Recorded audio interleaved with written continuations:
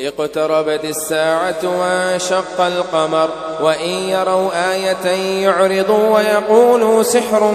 مستمر وكذبوا واتبعوا أهواءهم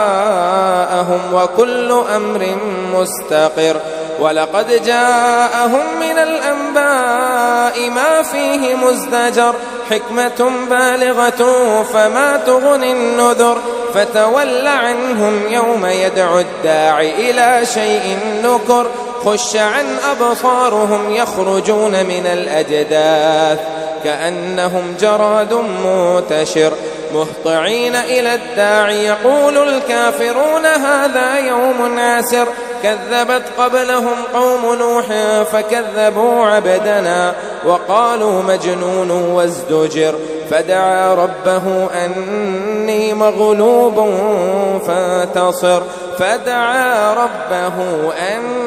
مغلوب فانتصر ففتحنا أبواب السماء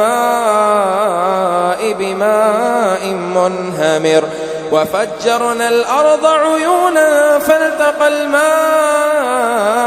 على أمر قد قدر وحملناه على ذات ألواح ودسر تجري بأعيننا جزاء لمن كان كفر ولقد تركناها آية فهل من مدكر فكيف كان عذابي ونذر ولقد يسرنا القرآن للذكر فهل من مدكر كذبت عاد فكيف كان عذابي ونذر إنا أرسلنا عليهم ريحا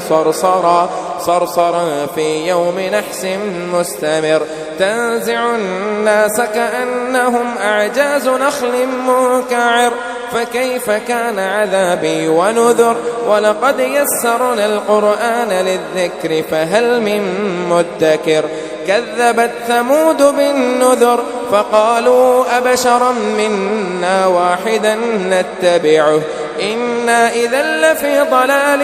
وسعر ألقي الذكر عليه من بيننا بل هو كذاب أشر سيعلمون غدا من الكذاب الأشر إنا مرسل الناقة فتنة لهم فارتقبهم واصطبر ونبئهم أن الماء قسمة بينهم كل شرب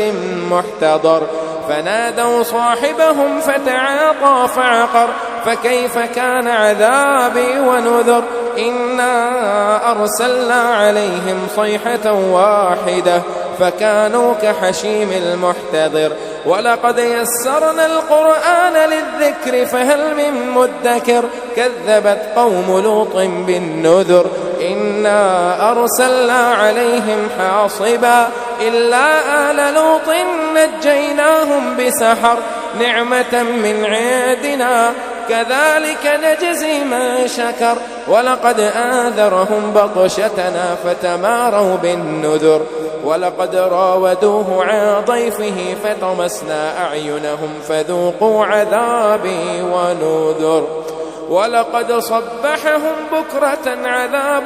مستقر فذوقوا عذابي ونذر ولقد يسرنا القرآن للذكر فهل من مدكر ولقد جاء آل فرعون النذر كذبوا بآياتنا كلها فأخذناهم أخذ عزيز مقتدر أكفاركم خير من أولئكم أم لكم براءة في الزبر